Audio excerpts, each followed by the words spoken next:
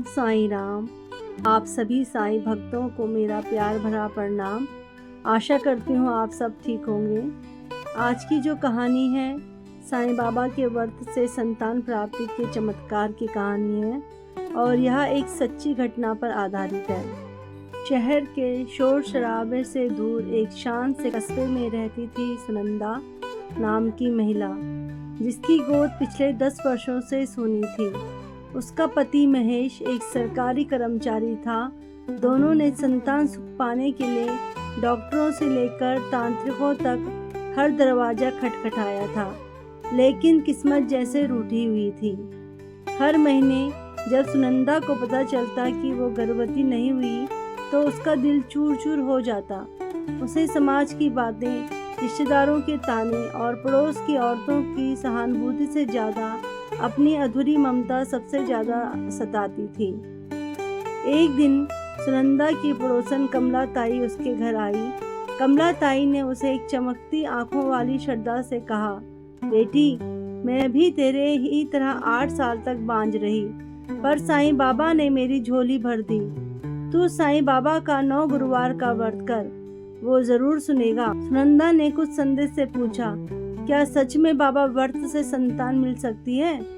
कमला ताई ने जवाब दिया, बाबा तो सबके दुख दूर करते हैं, तू सच्चे मन से व्रत कर, चमत्कार जरूर होगा।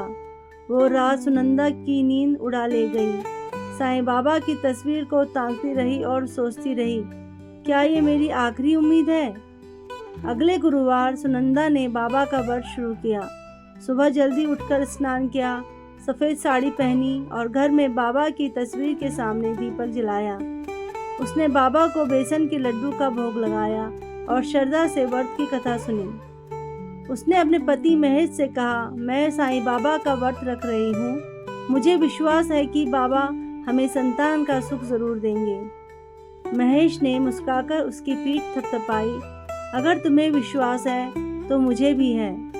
हर गुरुवार सुनंदा पूरी श्रद्धा से व्रत करती, कथा सुनती, गरीबों को दान देती और साईं बाबा से एक ही प्रार्थना करती, हे बाबा, मेरी गोद भर दो।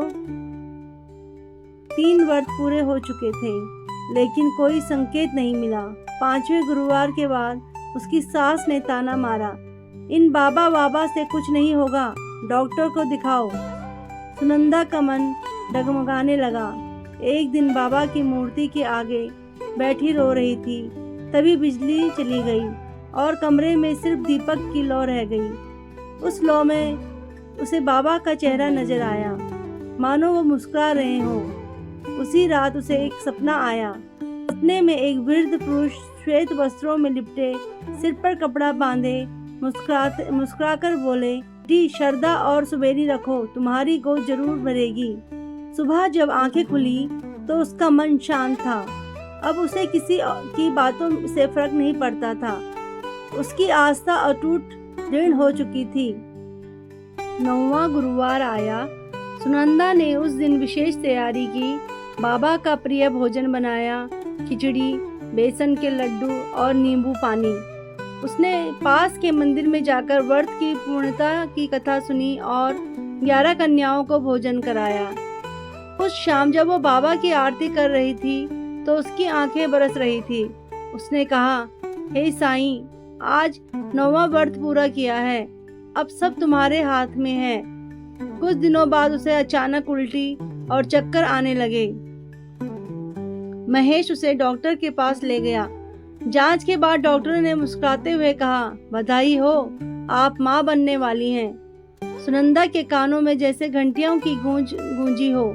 उसका रोम रोम बाबा का शुक्रिया अदा कर रहा था। उसने घर आकर बाबा की मूर्ति के आगे घुटनों के बल बैठकर धन्यवाद दिया। बाबा, आपने मेरी प्रार्थना सुन ली, मेरी सूनी गोद भर दी। गर्भावस्था का हर महीना सुनंदा ने साईं बाबा की कथा पढ़ते, आरती करते और नामस्मरण करते बिताया। उसने तय किया कि अगर बेटा हुआ तो उसका नाम साईंनाथ रखेगी और अगर बेटी हुई तो शिरडी। ठीक 9 महीने बाद एक सुंदर पुत्र का जन्म हुआ। पूरा परिवार खुशी से झूम उठा। महेश ने कहा, यह सिर्फ तुम्हारा विश्वास और पापा की कृपा का फल है। बच्चे का नाम रखा गया साईं महेश। अब सुनंदा हर साल साईं बाबा के मंदिर में जाकर 9 गुरुवार व्रत का आयोजन करवाती है। हर उस स्त्री को जिसकी गोद सुनी होती है वह कहती है, बाबा से मांगो पर पूरे विश्वास से। उन्होंने मेरी सुनी, गोद भर दी, उन्होंने मेरी सुन ली, तुम्हारी भी सुनेंगे। कई महिलाएं उसकी प्रेरणा से व्रत करने लगी और कई को संतान सुख मिला। सुनंदा खुद को अब बाबा का माध्यम मानने लगी थी, जो दूसरों को आस्था की राह दिखा रही थी। इस कहानी से यही संदेश मिलता है कि सच्ची श्रद्धा और धैर्य से किया गया कोई भी कार्य, विशेषकर जब साईं बाबा के चरणों में किया जाए, तो असंभव को संभव बना सकता है। सुनंदा की तरह ही ना जाने कितनी स्त्रियां आज भी बाबा से आशा लगाए बैठी हैं, और बाबा भी तो अपने भक्तों को कभी निराश नहीं करते। सुबेरी रखो, विश्वास रखो, साईं सब कुछ देंगे। ओम साईं राम, ओम साईं राम। आशा करती हूँ आपको साईं बाबा के व्रत के चमत्कार की यह कहानी पसंद आई होगी। अगर यह कहानी अच्छी लगी है तो वीडियो को लाइक, शेयर और सब्सक्राइब करें। Press to bell icon button दबाना ना भूलें, ताकि आपको आने वाली हर एक वीडियो पहले मिल जाए। और कमेंट में ओम साईं राम ज़रूर लिखें। आपको मिलते हैं अगली वीडियो में, तब तक के लिए आप सभी का धन्यवाद। ओम साईं राम, शुभ रात्रि।